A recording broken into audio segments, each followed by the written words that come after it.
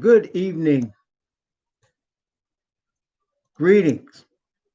Greetings to the 12 tribes of Abraham, Isaac, and Jacob scattered throughout the four corners of the earth by captivity. Greetings to you and greetings to the God of Abraham, Isaac, from the God of Abraham, Isaac, and Jacob, to all who are not of the 12 tribes of the bloodline of Abraham, Isaac, and Jacob, but are seeking the Most High of Abraham, Isaac, and Jacob, Yah, through his son Messiah. Greetings to you.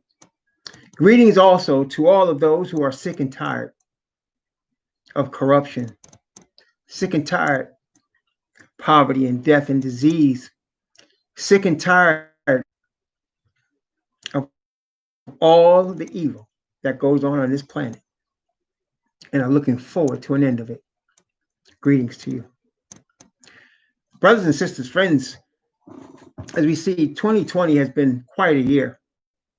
Quite a year. And we're not quite done with it yet. Shalom, Junior. Shalom, Sister Violet. We're not done with it yet. And we've seen some tremendous things. And as we alluded to many times in our studies, our Bible studies, particularly now we're doing the scriptures of Daniel, but in all of our studies, as we alluded to, 2027 is a pivotal year. 2027 is the next Jubilee.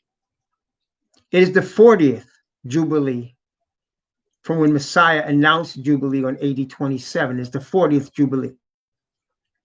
We believe it is the last Jubilee of this planet as it is now in this state before the kingdom of Yah is established. And so in this next 7 years, we're going to see some tremendous things. And I want you to know, Shabbat Shalom, Sister Heather, I want you to know it's very important for us to remember that the Most High Yah, the God of Abraham, Isaac, and Jacob, and the children of Israel, is a God of perfect righteousness. He never makes a mistake. He knows all things. And then people will ask, and I always want to put this in there, if he's a God of righteousness, why does all this evil exist on the earth? And I want to give you the hard truth, as I always do. It's because what human beings wanted. That's what they wanted. That's what we have. They chose the enemy of righteousness to rule over this earth, and he does. And you are seeing the result of that. The Most High is not a rapist. He's not going to make you choose him. He gave man a choice, and man chose the enemy. And man chose the enemy and thought to become his own God. And that's why we are in the situation we are in. So somebody like, well, what is the Most High doing if this world is run by Asatan, which it is? The Most High is preparing his people that he has promised. He has promised to give the land that he promised to Abraham, Isaac, and Jacob. He's preparing his people so that through his people,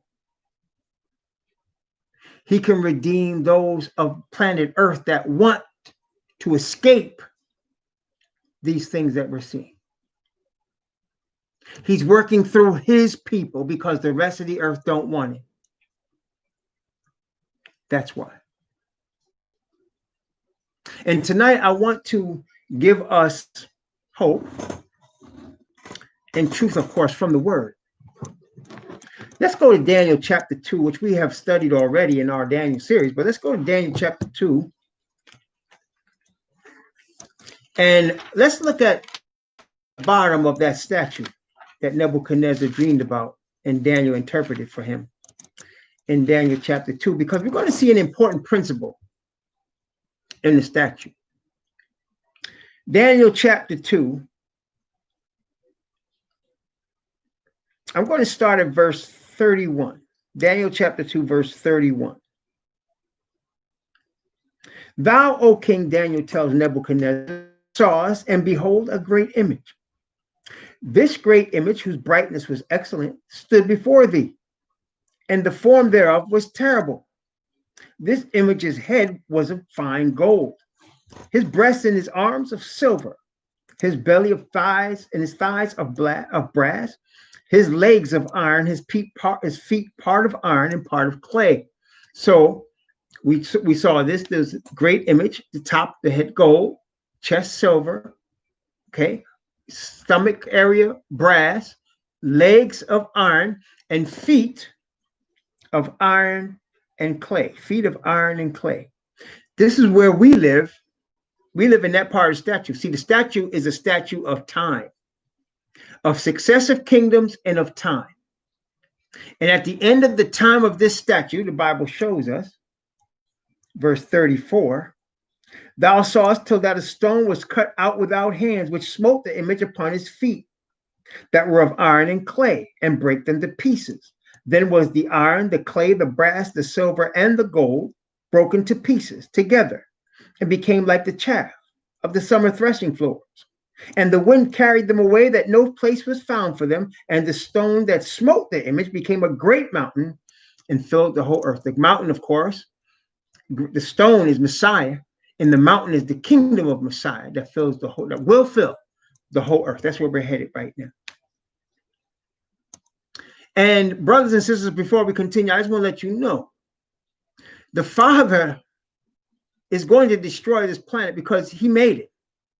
He has allowed Asatan to rule it. For those that want to choose Asatan, to choose him. But because of his own chosen people and because of his own promises to the fathers of the chosen people, Abraham, Isaac, and Jacob, he's going to destroy this place. And he's going to make it over because it does not now represent what he first created when he placed Adam and Eve in the Garden of Eden. It does not represent that. It's completely marred, polluted, defiled. Okay? Completely. Matter of fact, let's take a look at Isaiah. I want to say I'm going to chapter 24 of Isaiah. Isaiah chapter 24.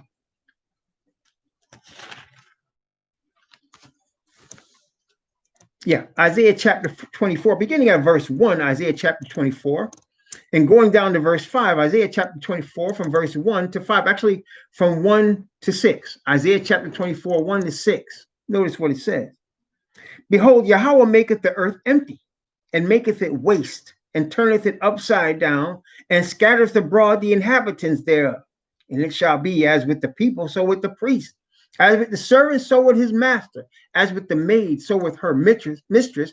As with the buyer, so with the seller. As with the lender, so with the borrower. As with the taker of usury, so with the giver of usury to him.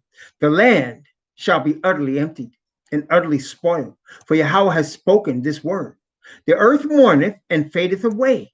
The world languisheth and fadeth away. The haughty people of the earth do languish. The earth also is defiled. Didn't I say that? Under the inhabitants thereof, because they have transgressed the laws, changed the ordinance, broken the everlasting covenant. Therefore hath the curse devoured the earth, and they that dwell therein are desolate. Therefore the inhabitants of the earth are burned, and few men left. Yes. When the Most High made the earth, everything was in perfect balance and perfect harmony. There was no pollution. There was no defilement. There was no death. There was no pain. There was no sorrow. It was in perfect balance and harmony. Animals didn't kill each other to eat.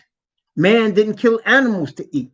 Animals weren't afraid of man, and man wasn't afraid of animals. It was in perfect harmony, in perfect balance, in perfect symmetry. But then man chose to go with the enemy of righteousness, to believe that he himself can become a God. And that's why we're in the situation we're in. Because they've defiled the everlasting covenant that the Most High put. The man has defiled the laws of nature. They have defiled the laws of morality. They have defiled all the laws that the Most High has placed on this earth for its good. And the place, as it said, is defiled under the inhabitants thereof. Therefore, he's going to destroy us. He said it right here. He's going to empty it, destroy it, and make it over, because it's not representing what he made. And the people are not representing who he made. We are no longer representatives of the sinless nature of Adam and Eve that he made upon the earth. He did not make Adam filled with sin. Adam was sinless. He was made after the order of the Creator himself. And then he made the woman after the order of Adam. And there was no argument about women's liberation. Adam didn't abuse Eve, and Eve didn't disobey Adam until that one day when she decided she wanted to be a goddess. And Adam joined her. And here we are. And how did that happen? If I say these words to you, you're going to understand where I'm coming from, especially you Hebrews, because the same technique has been used on us ever since. What if I said to you that Asatan used the technique, listen, of divide and conquer? What if I said to you, he used the technique of divide and conquer? What happened? He got Eve by herself and messed her up. Then she brought it to Adam and messed him up. Divide and conquer. He used the same technique when he was a cherub next to the throne. He used the same technique. He was dividing the angels so that a third followed him and 2/3 stayed with Father and Messiah.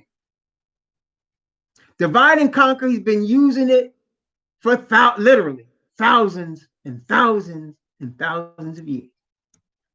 And we as Hebrews, we know, because they've been using it on us as far as we can remember. But let me tell you some good news. Let me show you some things.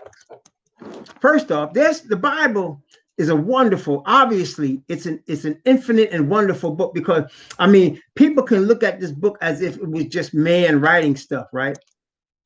But I choose to look at it differently. I choose to look at these as set apart men of the Israelite nation, chosen by the Father and endowed with his eternal spirit of inspiration and prophecy to write things that he dictated to them from his angels. That's what I choose to believe about this book. And so the words that are interpreted here into English are eternal words. They're much deeper than what you see on the page. They speak to us. As David, on the run from Saul, was hanging on to the oracle from the priest's garment and praying and looking for answers in it, and the Spirit was speaking through it, so now the Spirit speaks through this word to his people and will guide us all the way to the end, which is very soon, as I alluded to before. But let me show you this here. This is some principles. It's filled with principles of righteousness, eternal principles, that if we put our trust in the principles of righteousness of this book, the Bible says we will become partakers of a divine nature. That's what it said. If we put our trust in the principles of righteousness of this book by the Spirit of the Father through Messiah, Habashah, given to us by the angels. Numbers chapter 32. In Numbers 32, the children of Israel were just about ready to cross the Jordan, and they were on the east side of the Jordan River. And while they were on the east side of the Jordan River, there came some kings against them, okay, that came to try to fight with them before they crossed the Jordan. And they destroyed those kings and took their land. Now, some of the children of Israel noticed that the land was really fertile, and they had lots of cattle, the children of Israel did. And so they wanted to actually, some of them asked if they could actually stay on that side of Jordan and keep the land that they got from those kings, and, because the land was so fertile, okay? So you had the tribe of Gad, the tribe of Reuben, and half the tribe of Ephraim. They wanted to stay on that side. Okay, so I'm sorry, half the tribe of Manasseh, not Ephraim. The tribe of Reuben, the tribe of Gad, and half the tribe of Manasseh wanted to stay on that side of the Jordan. So Moses questioned them, and Moses said, you know, what, you're not going to fight with your brethren to get the promised land? You just want to chill out here while we go over there and risk our lives to get this promised land? And they said, no, Father Moses. Nothing. We don't want to do that. No, we're going to leave our sons, our daughters, our cattle, our wives, and children here. And then we'll take the men of war from Reuben and Gad and half the tribe of Manasseh, and we'll go with you across Jordan until every man from all the other 9.5 tribes have their land. Then we'll come back. So this is what Moses' answer to them was in Numbers chapter 32. Numbers chapter 32. First, they said to Moses, let's start at verse 16 of Numbers 32. And they came near unto him. That means the leaders of these 2.5 tribes came near to Moses and said, we will build sheepfolds here for our cattle and cities for our little ones. But we ourselves will go armed, ready before the children of Israel, until we have brought them into their place. And our little ones shall dwell in the fenced cities because of the inhabitants of the land. We will not return unto our houses until the children of Israel have inherited every man his inheritance. For we will not inherit with them on yonder side of Jordan or forward, because our inheritance is fallen to us on this side, Jordan eastward. And Moses said unto them, if you will do this thing, if you will go on before Yahweh to war, and will go all of you on over Jordan before Yahweh, and until he have driven out his enemies from before him, and the land be subdued before Yahweh, then afterward ye shall return and be guiltless before Yahweh and before Israel, and this land shall be your possession before Yahweh. Then he said, he gave them a warning. This is the warning. But if you will not do so, behold, ye have sinned against Yahweh, and be sure your sin will find you out. Be sure your sin will find you out. So, as I already stated, the enemy, Asatan, has used the divide and conquer technique to cause all kinds of problems in the kingdom, in the third heaven, and then cause our forefathers to sin here on earth. And even now, even all the way now, I mean, anytime Black people get any type of movement together, have you noticed that? Anytime we get any type of little thing going, what happens? Divide and conquer. That's what happens. Happens every time. And why? As I said, he's been using that technique for thousands of years. Here another principle from Proverbs chapter 5. Proverbs chapter 5, I'm going to read verse 21 and 22. Proverbs chapter 5, verse 21, actually 21, 22, and 23. Proverbs chapter 5, 21, 22, and 23. Notice what it said. For the ways of man are before the eyes of Yahweh, and he pondereth all his goings. Watch this, watch this. Verse 22. His own iniquities shall take the wicked himself. He shall be holden with the cords of his sins. He shall die without instruction, and in the greatness of his folly he shall go astray. So in other words, the sins, your own sins, going to be turned into a whip and going to hit you. That's for everybody. And it starts with the originator of sin, Asatan. Today, we're going to be talking about the deadly wound and what it means. One more scripture, though. Luke, I believe it's chapter 11. Yes, Luke chapter 11. Luke chapter 11. I'm going to read from verse 14 down to verse 18.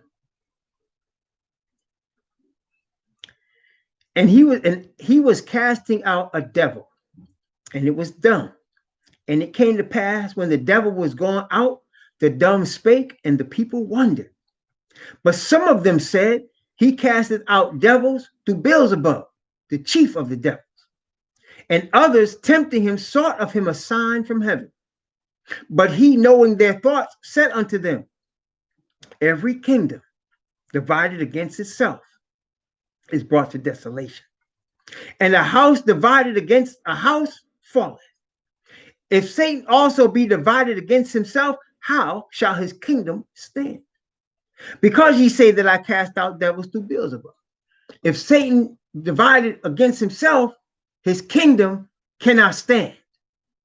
Brothers and sisters, as we often state, our religion is not about the name of a religion, a denomination, an organization. Our belief as Israelites is as a nation that was chosen because of our father Abraham, his son Isaac, and finally his son Jacob, whose name was changed to Israel. 3 black men. That's who we come from. And we are a scattered nation. Okay? Our God is the God of that nation, that scattered nation. And it is built upon the principle and spirit and foundation, listen, of perfect righteousness. It is built upon the foundation of perfect righteousness. Somebody might say, well, I thought Jesus was the foundation. The one you call Jesus Christ, whose name really in the Hebrew is Yahushua, his real Hebrew name, he is perfect righteousness. He's Father's example, representation of perfect righteousness. And guess what? Any people who are completely given over to the Father and to the Father's Spirit are going to be first justified by perfect righteousness. Justified by perfect righteousness. Then, before the kingdom comes, they're going to be sealed in the spirit of perfect righteousness.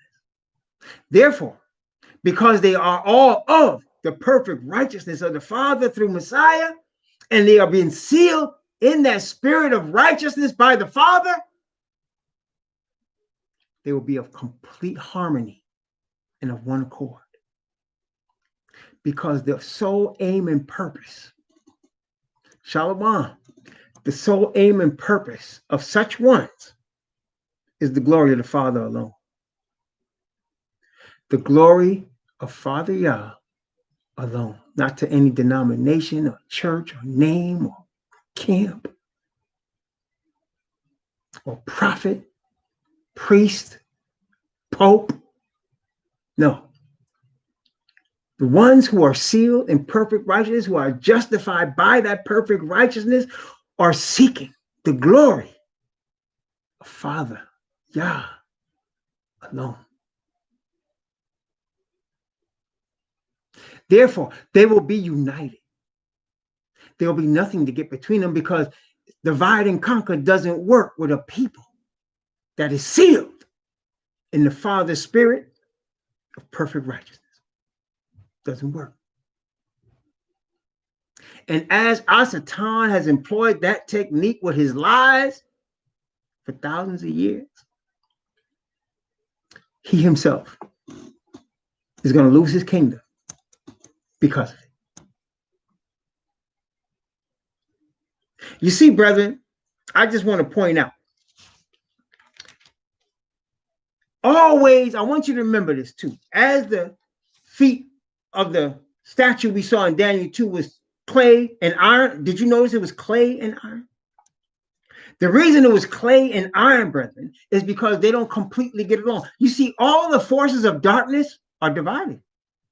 Yeah, believe it or not, they divide. Why do you think you got why do you think you got Democrats and Republicans, conservatives and liberals? Why do you think you got that? It's a divided kingdom. Now, The one thing they are united on, okay, the one thing they are united on is the destruction of Yah's kingdom. So they will fight each other. They will fight each other and hate each other and battle each other until they begin to agree that they got to get rid of us. Then they're going to be all of one accord. But because their kingdom is divided against itself, it cannot stand. Okay, it cannot stand. And the Most High in Revelation 13 gave us the sign of that. Okay, we're going to talk about that. But before we do, let's look at Luke chapter 23, because this is a type of object lesson of what I was just talking about in Luke chapter 23. Notice what it says. Luke chapter 23. This is the night Messiah was betrayed, the night he was arrested. Okay. It was the evening of the 15th day of the first, the 14th day of the first month, which was the evening of the Passover. He was betrayed. And let's show you the events of Luke chapter 23 here. Luke chapter 23. Notice what it said. The whole multitude of them arose and led him unto Pilate. That is the Hebrew brothers that were the turncoats, the coons, the sellouts. They came and they brought their brother Messiah to the Gentile. Okay? I want you to remember that. The Hebrew brothers. Okay, the coons. We call them today coons. You see them all around. I ain't got to tell you who they are. You can see them. They sold their brother over to the Gentile. So they brought him to Pilate. Okay. And they began to accuse him, saying, we found this fellow perverting the nation and forbidding to give tribute to Caesar, saying that he himself is Christ the King. Notice the accusation. They said they found him perverting the nation and forbidding to give tribute to Caesar. In other words, he said you shouldn't pay your taxes. He didn't say that, but that's what they accused him of. Then he said the last part, that was the part right there, saying he himself is Messiah, a king. See, you can't be in Asatan's kingdom and acknowledge some other king. And you're going to know that as we get closer to this mark of the beast. Okay? So they're accusing their brother to the Gentiles of claiming kingship in the Gentile kingdom. That would be treason. And Pilate asked him, saying, art thou the king of the Jews? And he answered, thou sayest it. What does that mean? You said it. I am. Like, that's what he was saying. You said it. That's true. Yup. He wasn't denying it. Then said Pilate to the chief priests and to the people, I find no fault in this man. Because Pilate didn't care about their business. It's you Hebrews business, man. I ain't bothered with that. I got more important things to do in this kingdom, right? And they were the more fierce, saying, he stirred up the people, teaching throughout all Jewry, beginning from Galilee to this place. When Pilate heard of Galilee, he asked whether the man were a Galilean. And as soon as he knew that he belonged unto Herod's jurisdiction, he sent him to Herod, who himself also was at Jerusalem at that time. Why was Herod at Jerusalem? It was the feast. It was the Passover. Okay? It was the Feast of Unleavened Bread. So everybody was coming to Jerusalem because that's where you keep the feast at Jerusalem. So everybody would converge on Jerusalem for the feast time. So Herod was there. The Edomite king was even there. Okay? And when Herod saw Yahushua, he was exceeding glad, for he was desirous to see him of a long season, because he had heard many things of him, and he hoped to have seen some miracle done by him. Then he questioned with him many words, but he answered him nothing. I want you to notice, Messiah did not answer the Edomite one word. He never said nothing to the Edomite. When he was talking, he had a conversation with Pilate. He said, I came to bear witness to the truth. All of the truth, hear my voice. He said, if it wasn't of the Most High, you wouldn't have no power to get me at all. He had a conversation with Pilate. But with the Edomite, he ain't say nothing. Answered him nothing. And the chief priests and scribes stood and vehemently accused him. And Herod with his men of war set him at naught and mocked him and arrayed him in a gorgeous robe and sent him again to Pilate. And the same day, Pilate and Herod were made friends together, for before they were at enmity between themselves. See, the Edomite and the Gentile hated each other until it came time to kill the Hebrew. Then they were perfect one accord. They were friends. Brothers and sisters, I want to please notice. So you got your own Hebrew brothers, the sellouts, the coons, that's going to turn over the Hebrew to the Gentile. You got the Edomites and you got the regular Gentiles. See, not all Edomites are just the Caucasian people. You got the sons of Japhet, okay? That's the Caucasian people and the Europeans, but among them, the ones they call Ashkenazi Jews is the Edomites, okay? And they work together. Although they're always fighting each other, at the end of the day, to kill us, they work together, okay? But that divide and conquer, it's going to hurt them. In fact, the sign has already been given, okay? The sign has already been given. I'm going to show you. We're studying it in Daniel, but we're not there yet. When we get to Daniel 10, 11, and 12, you're going to see it. But I'm going to give you a good preview today by the grace of the Most High. So let's take a look at Revelation chapter 13. And this part, we always read Revelation 13, right? But over the last few months, when I've been reading it, I've been skipping this part purposely. But tonight I want to show you some things from this part by the grace of the Most High. Notice what it says here. Revelation 13. Okay. Verse 1 and 2. Let's start with that. We always do. Let's start with verse 1 and 2. And I stood upon the sand of the sea and saw a beast rise up out of the sea, having 7 heads and 10 horns. And upon his horns, 10 crowns. And upon his heads, the name of blasphemy. And the beast which I saw was like unto a leopard, and his feet were as the feet of a bear, and his mouth as the mouth of a lion. And the dragon gave him his power and his seat and great authority. So we know this is representing the papacy and the government of the papacy. We know that it's a conglomeration of all ancient world powers of Babylon, Media, Persia, Greece, and Rome. We know this ends up with Rome, the religion of the sons and children of Japhet, the Europeans. We know also that the dragon is the devil and gave it power, seat, and great authority. Now, I want to show you something. As I told you before, I want to tell you, I'm going to repeat it now. This chapter comes after Revelation 17 actually comes first.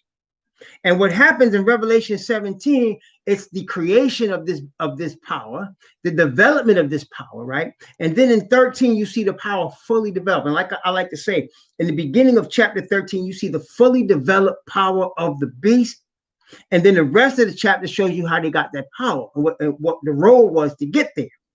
In Revelation 14, you see the end of everything with the 144,000 in victory, standing with the Messiah on Mount Zion. And then the rest of 14 shows you all the events and the messages that got him there. Okay, so let's take a look at Revelation 13 again. So now we see this power and authority, and I told you it had horns, 10 horns and crowns upon the heads. Okay, it says it had 7 heads and 10 horns, and upon his horns 10 crowns, and upon his head the name of blasphemy. Let me read that again. It had 7 heads, 10 horns, and upon the horns 10 crowns. That's now the kingdom. They got crowns. Okay, 10 horns are points of power, divided power among the beast empire, which is where we are right now. We there now. We already there. The power is divided. You know how the power is divided? Look at the United Nations. You can see the power divided. They got a special group that meets. You've heard of them because when they meet, you see all kind of protests, and you see all the leading nations, and the United States is leading the nations. But you see them. They're called the G8. Have you seen it? They're called the G8. Who are the G8?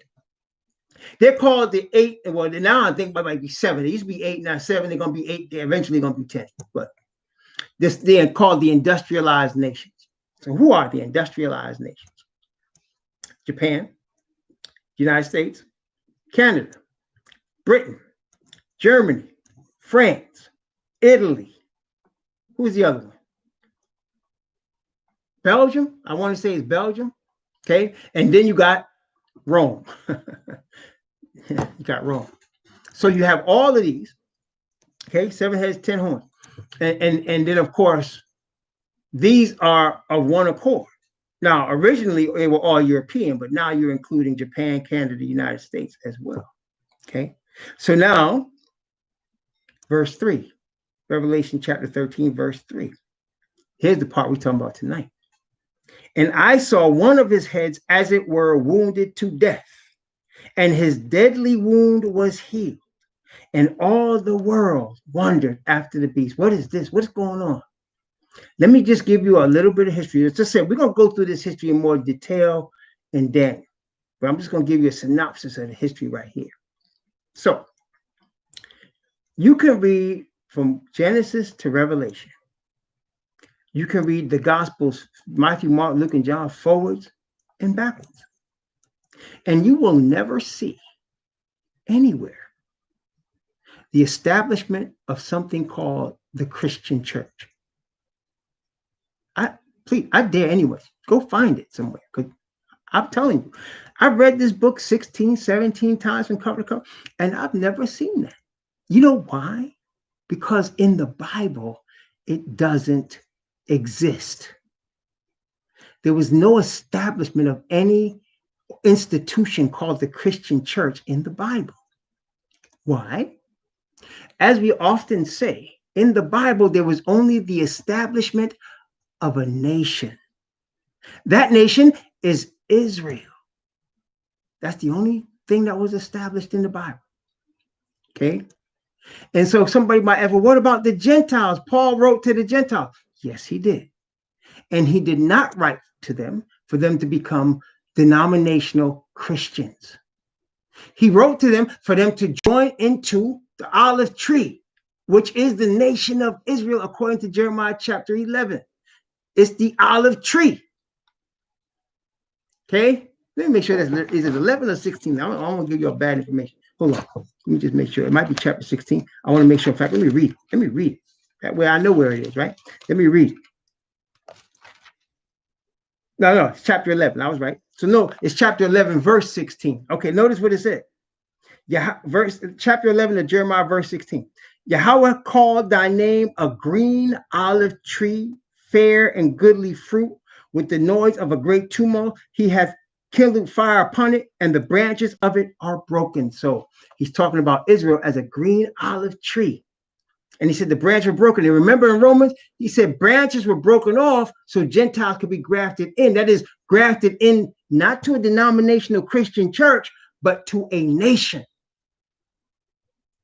of Israel. Okay? So there's no Christian church. So people might say, well, I seen the word Christian in there. Yup. And it's only 3 times in the entire Bible. It's what people, what Gentiles, what apostates call followers of Messiah. It's not what followers of Messiah called themselves. In fact, that's why Peter said, and Peter was writing to Israelites. Remember, Peter was the apostle to the Israelites as Paul was the apostle to the Gentiles. And Peter's letters were to Israelites. And Peter said, don't be ashamed if they call you Christian. Why would he have to say that? Because it was not a term that Israelites used to describe themselves. Okay? But there was no establishment of a Christian denomination institution until a Roman emperor named Constantine said he wanted to make a deal with the Hebrews to stop the bloodshed because the Romans were killing us. But every time they killed us, it gave all the rest of us more courage to stand. And it made the Romans scared. So he decided, let's attack this thing a different way. What if I became a Christian, he said. I'm going to keep my pagan ways, but I'm going to become a Christian. And if y'all follow us with this, we'll have peace because we'll all be of the same religion. He paid some of the Hebrews money to go along with this. The masses of the people said no, but some of the leaders said yes. See, the coons existed a long time. And so Constantine became a Christian and he started making up these laws and these rules like Sunday keeping and worshiping the sun and having all these different gods and all of that with it. And then that was the 4th century. 2 centuries later, by the time you get to the 6th century in 508 AD, a French king, Justinian, said that the Bishop of Rome is the corrector of all heretics. That was officially, now you had a leader of an institution that was now called the Universal Church. Universal is where you get the word Catholic from. It means universal. So it became the Catholic Church. Now, even some Europeans had a problem with that. In fact, 3 tribes that had actually, of pagan origin, that had actually shared power, rebelled against it. 3 tribes in Europe rebelled against it. The Visigoths, the Ostrogoths, and Heruli. And they were destroyed by the other 7 under the orders of the new Pope. And in 538 AD, you had undisputed religion called the Catholic Church, which is now the origin of what we have now as Christianity. Okay? And anyone that would not obey that Christian church, matter of fact, they would mark attendance for the people of the town to see who came to mass. If you didn't come, you had better have an excuse. You better be sick or something. Because this was some power, and this power lasted for over 1,000 years. Now, out of this Christian church, for 1,000 years, nobody disputed it, until all of a sudden some of the Catholic monks began to read the original manuscripts in the Hebrew, because they were educated, and you had to have a license to be able to read that stuff, and you had to have the education. And so some of the Catholic monks, Catholic priests, had such license and such education. They began to read ancient manuscripts from Hebrew and the letters in Greek. And some of them were bothered by what they read, because they didn't see in there the things that their universal church taught. And they asked questions. And many of the leaders of the Universal Church, Catholic Church, said, stop asking questions, just do what we say. Some of them wasn't having that. Then you had a division. And you had what was then called the Protestants. They were protesting Rome, acknowledging Rome's supremacy, but saying Rome needed reform. Never intending to destroy the Catholic Church, but to reform it.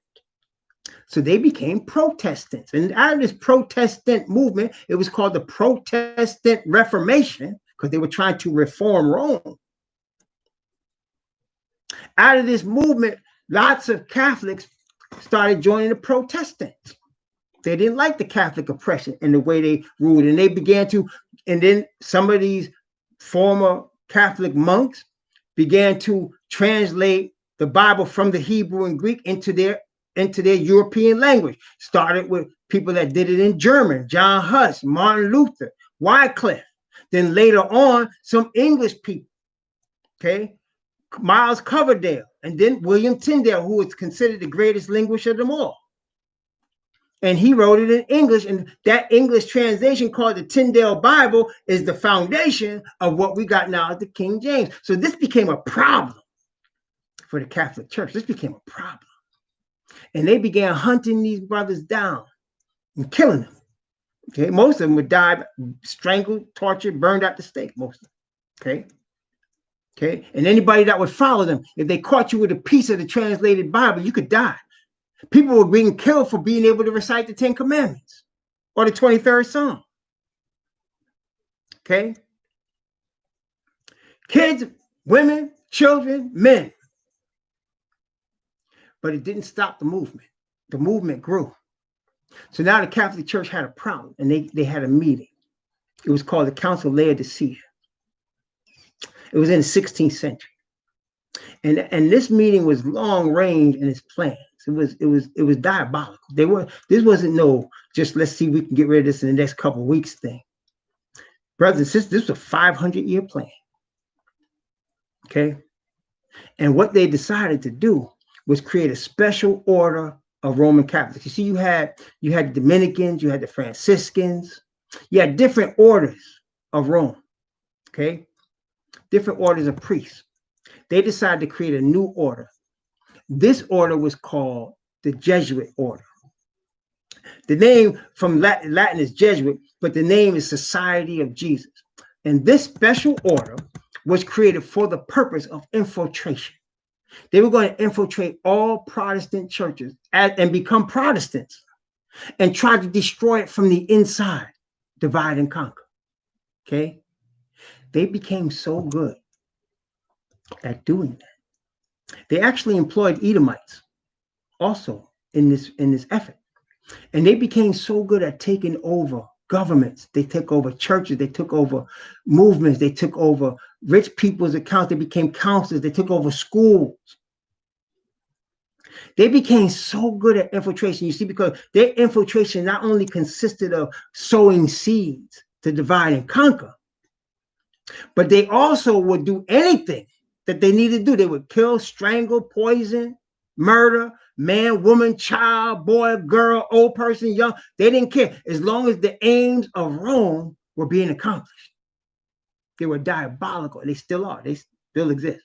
Okay. In fact, the Pope today is a former Jesuit. So what happened? They got too good.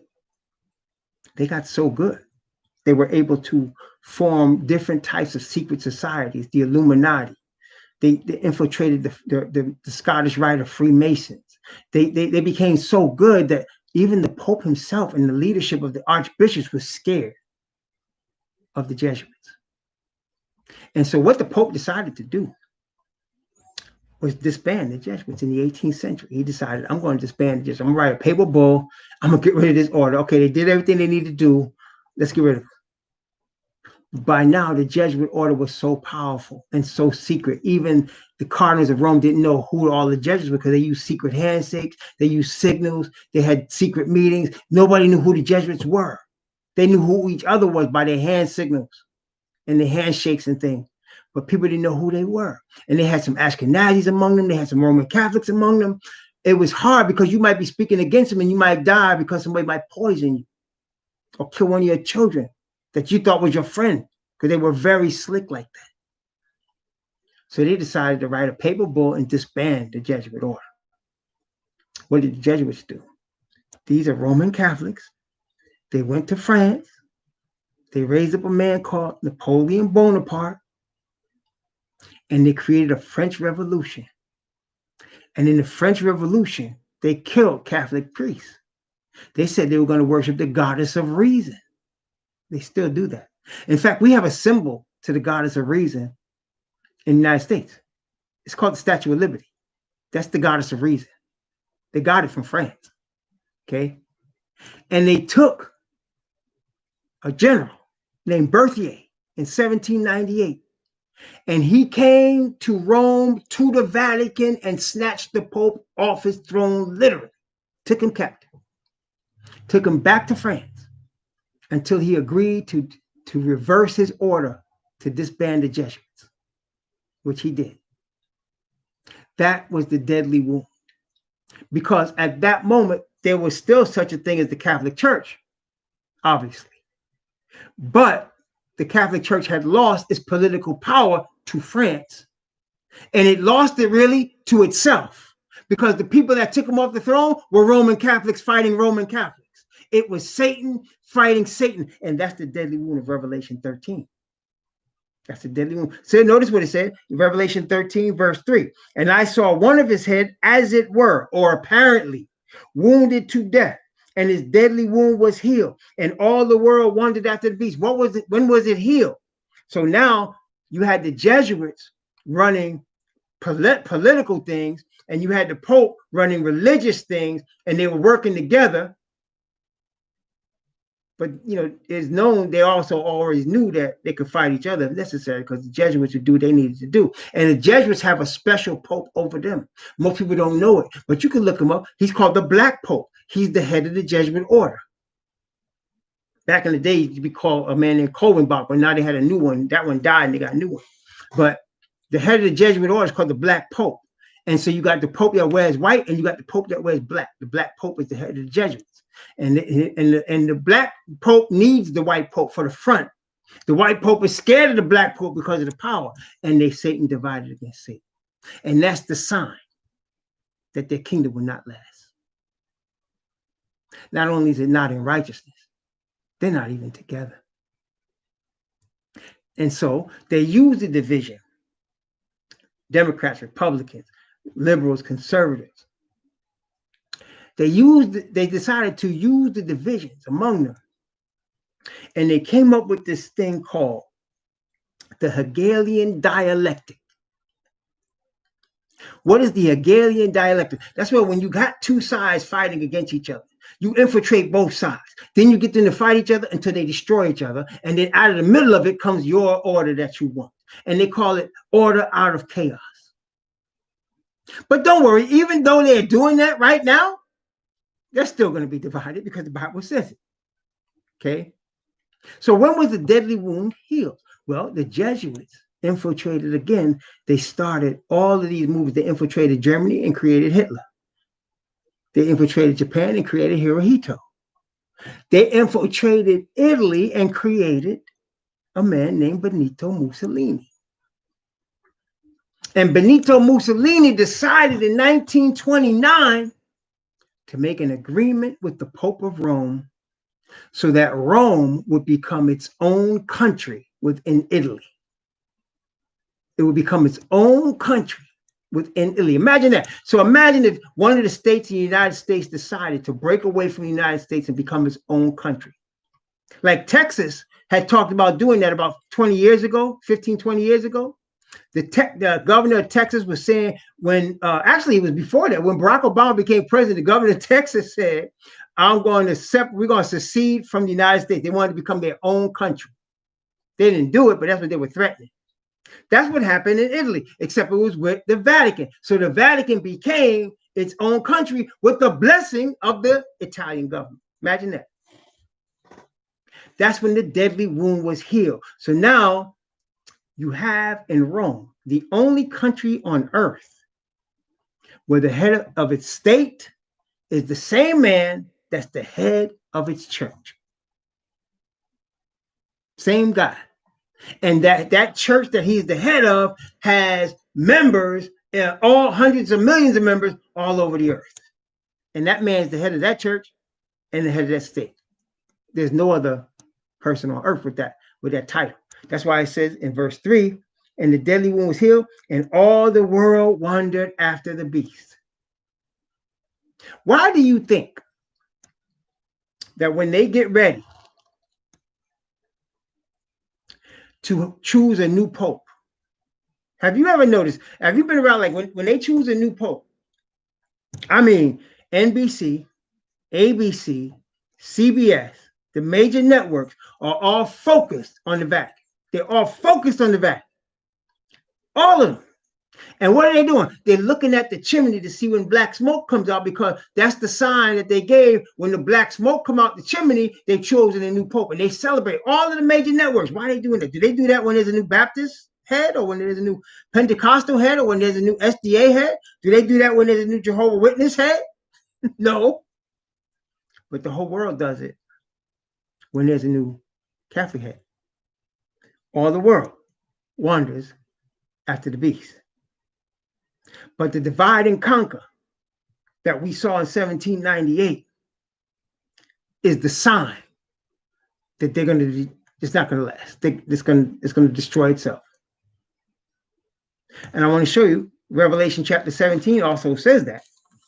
See, when the Most High seals his chosen people with the Spirit of the Father, and we'll be of one accord and of one mind with the Father. See, that's what it's about. See, Messiah is of one accord and one mind with the Father. That's why I say he's Father's representation. He's not the Father. Many people get this confused. Jesus is God. No, he's not the Father. He's the Father's representation. He's the Prince. He's the crown prince. And anything the Father would do or say, you can see it in Messiah. Okay? Messiah said, anything my Father do, that's what I do. Now, the goal of Father and Messiah is to see that same spirit on all his people. And before the kingdom is established, the people on earth that belong to him are going to have that seal on them. It's the spirit of the character of Messiah. And the world's going to hate them. Because you know what? Anything that's holy is evil to this world. And anything that's evil is holy to this world. That's the way it works. It used to be sodomy was disgusting. Now it's commonplace, right? Right? That's the way it is. The Bible says it's an abomination, but you got them doing it on TV like it's commonplace. And something's wrong with you if you think it's perverted. Am I telling the truth or not? Right? That's the way it is. Okay? And that's just one example. There's a lot of examples.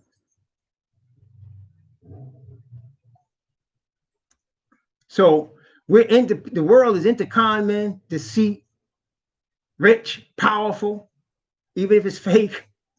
They're into that. But that's the opposite of the kingdom of Yah. The Most High don't call people that can sing and dance stars.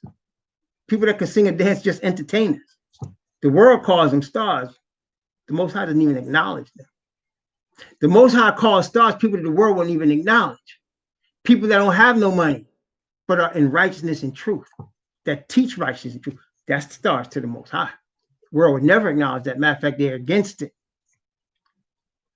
So as we get closer to the end of this next 7 years, you're going to see more and more people, more and more evil and hatred and division. You're going to see at the end of it, though, the seal of the 144,000. And you're going to see the world unite to try to destroy them. Revelation chapter 17. Notice what it says here.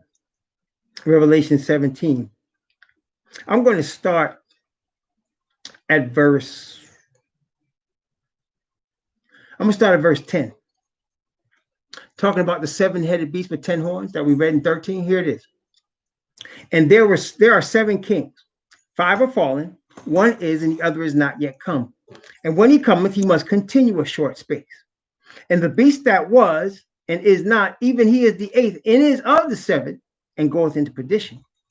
And the 10 horns which thou sawest are 10 kings which have received no kingdom as yet, but receive power as kings 1 hour with the beast.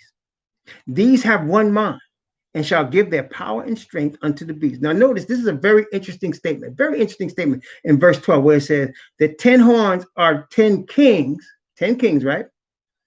But they're 10 kings which have received no kingdom as yet. Because I want you to notice, they said there were 10 horns, didn't describe any crowns. It said there were 10 horns. And it said they have not received. So they're kings with no kingdom. So there's plans to make them kings when they get a kingdom.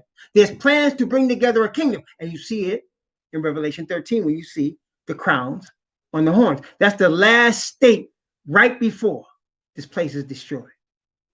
You know what the Bible says when they say peace and safety, sudden destruction comes, right?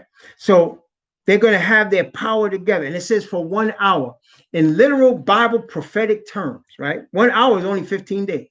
That's 15 literal days. So they're going to get their power together, solidify it for a very short time. Okay. These have one mind and shall give their power and strength unto the beast. The beast is the government of the kingdom. See, a beast is a government. It has a woman riding it, which is the universal church. The universal church is not only now the Catholic Church is the head of the universal church, but notice it said she's the mother of harlots and abominations. All religions are going to acknowledge Rome, and they already do. I don't care. They already do. The Roman Catholics are acknowledged by the Muslims, acknowledged by the Buddhists, the Hindus, acknowledged by every Christian denomination. They all acknowledge Rome. All the world runs after the beast. And it says the mother of harlots. So it's under her power, under her guise. The Most High allows Asatan to do that. Because see, unlike divide and conquer that Asatan uses, the Most High said you on either on this side or you on this side. Either you with the sheep or the goat. Either you with the wheat or the tares. Ain't no middle ground. Either you with perfect righteousness of the Father or you're not. There ain't about no divide and conquer. You're not playing that game.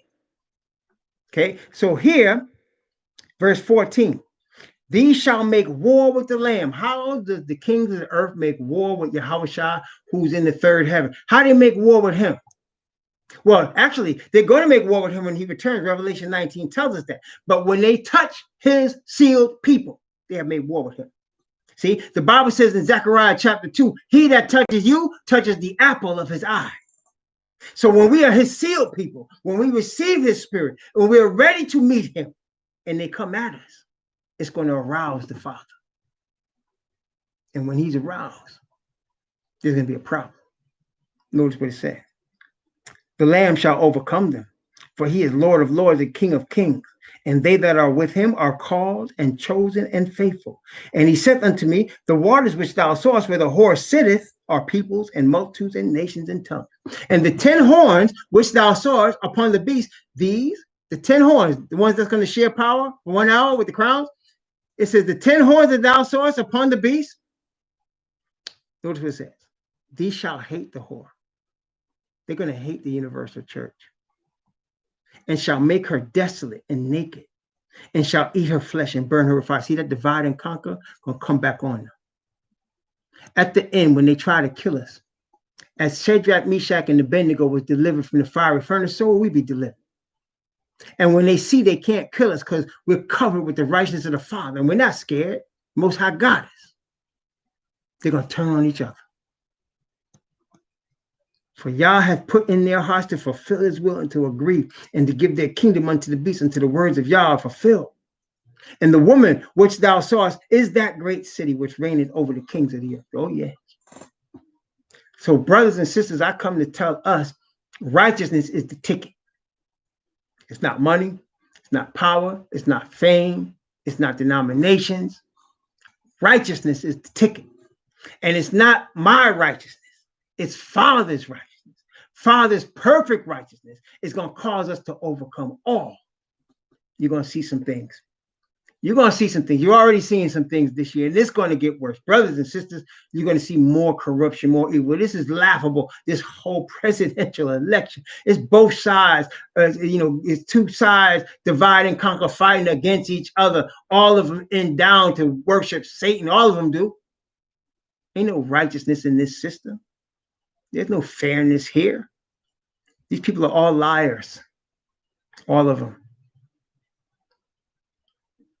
And if you are righteous in truth, they can't stand you. Because righteousness and truth is a light that exposes evil. And Asatan don't want to be exposed. Okay? So, brethren and sisters, righteousness is going to win. It's not very complicated. All this stuff is going on. At the end of the day, righteousness is going to win. And it's not much longer. It's not much longer.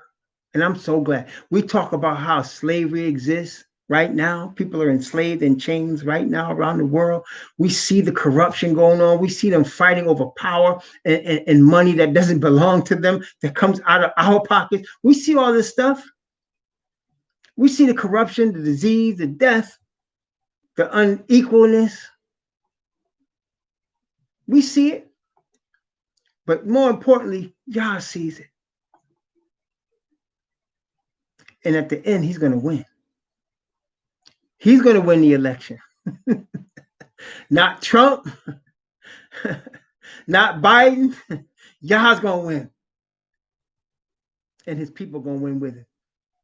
Praise the Most High Yah. I pray that you will be among those that receive the seal. Brothers and sisters, we're close enough to the end that many of the people watching me right now are going to be there to see it in the flesh. You're not going to be resurrected. You're going to be alive to see it in the flesh. You're going to see it. You're going to see the whole thing. You're going to be there. I pray that you are sealed with the Father's seal. That you are sealed with his spirit and that his word becomes one with you. That Messiah becomes one with you like he's one with the Father. And he makes his abode with you. Amen.